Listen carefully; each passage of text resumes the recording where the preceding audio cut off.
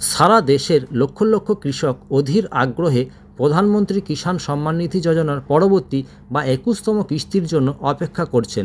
কৃষকদের আর্থিক সহায়তা প্রদানের জন্য এই প্রকল্পটি বাস্তবায়িত হয়েছে, যার আওতায় যোগ্য কৃষকদের বছরে 3 বার 2000 টাকার কিস্তি দেওয়া হয়।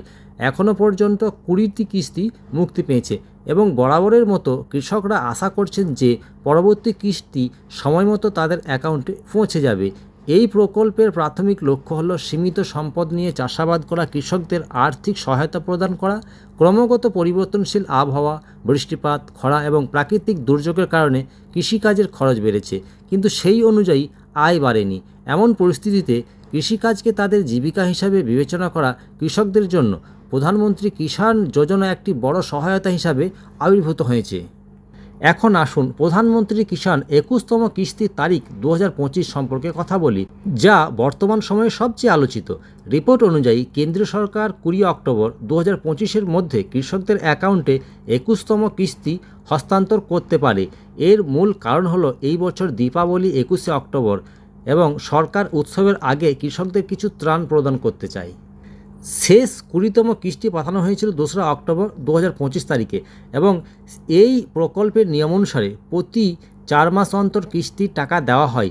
সেই অনুযায়ী পরবর্তী কিস্তি অক্টোবরের মাঝামাঝি থেকে শেষের দিকে দেওয়া হবে বলে আশা করা হচ্ছে।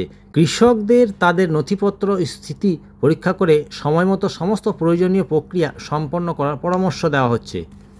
এটি উল্লেখযোগ্য যে কেন্দ্রীয় সরকার ইতিমধ্যে 3টি রাজ্যের কৃষকদের 21তম কিস্তি বিতরণ করেছে।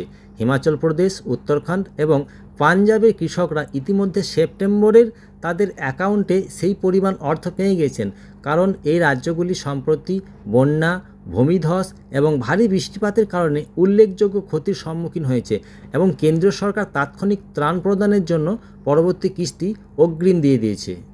অন্যান্য রাজ্যের কৃষকরা এখনও তাদের পালা অপেক্ষা করছে এবং অনুমান করা হচ্ছে যে তাদের কিস্তির টাকা অক্টোবরের 3য় সপ্তাহে পাঠানো হবে।